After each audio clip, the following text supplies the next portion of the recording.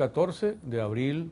ha sido celebrado a lo largo de muchas décadas en esta América Latina colonizada por los Estados Unidos, sometida a la hegemonía y a la prepotencia y al protectorado de los Estados Unidos, como Día Panamericano. Ese día, que está totalmente de capa caída, afortunadamente,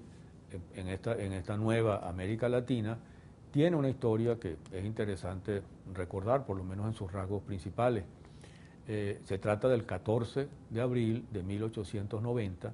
que fue la fecha en que se reunió lo que se suele llamar primera conferencia panamericana, aunque realmente no era todavía conferencia panamericana, ni siquiera se le puso el nombre de panamericanismo oficialmente a lo que salió de allí. Fue en 1890 el intento de los Estados Unidos de reunir a todos los gobiernos de América Latina para proponerles una visión integral del continente, por supuesto, al servicio de los intereses de los Estados Unidos. Los Estados Unidos no hacen otra cosa que servir a sus propios intereses y someter a los otros pueblos a esos mismos intereses. Los Estados Unidos para 1890 han salido de la guerra civil, que finalmente resolvió el problema estructural que tenían entre el norte y el sur, el norte fundamentalmente industrial y el sur más bien agrario y esclavista. Lo resolvieron con el triunfo del norte en 1865.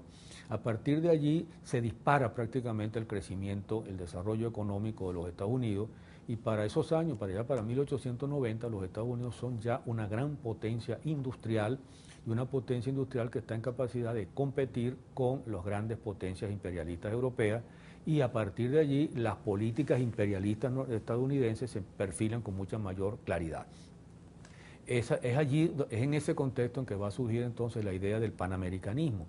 El panamericanismo es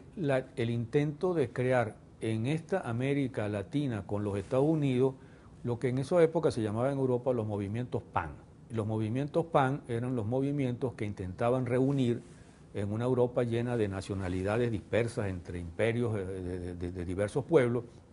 de reunir a los diversos pueblos que representaban, que tenían una misma cultura, una misma historia, una misma religión, y así surgieron los movimientos pan-rusos, los movimientos pan-germánicos, los movimientos pan-latinos de alguna manera, que fueron parte del contexto que terminó preparando más adelante o conduciendo a la Primera Guerra Mundial. Pero esos movimientos pan de alguna manera tenían el sustento en que se trataba de combinar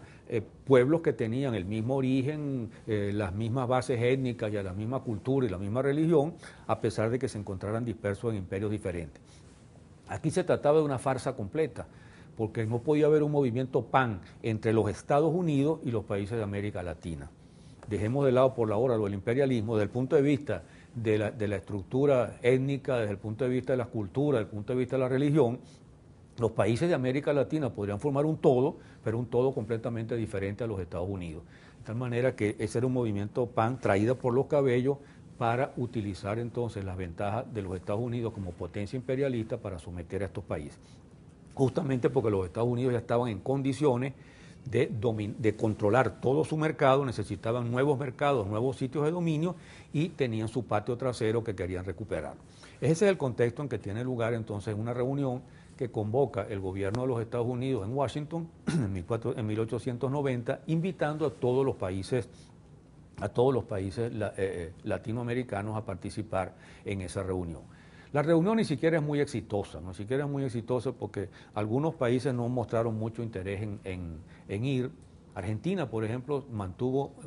una posición de rechazo a la política estadounidense, no porque hubiese una política nacionalista y soberana en la Argentina, sino porque Argentina era prácticamente una colonia de los ingleses y no les interesaba demasiado someterse a la hegemonía de los Estados Unidos. Y algunos otros países del sur también se manifestaron reticencias, otros estuvieron más favorables. En fin, la idea que venía del secretario de Estado, James Blaine, y que había sido esbozada un poco prematuramente en 1881, terminó cuajando entonces en 1890, cuando los países de este continente aceptaron entonces formar parte de una organización que estaba por crearse y que se convirtió, después de varios congresos y de varias tentativas, en 1910 se convirtió en la Unión Panamericana. Esa Unión Panamericana llegó hasta fabricar un himno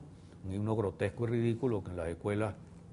de nuestros países obligaban a los niños a cantarlo, para convertirlo ya de una vez en cipayos norteamericanos, donde se cantaba la hermosa unión de todos estos países unidos por la libertad y por la democracia bajo la égida de los Estados Unidos.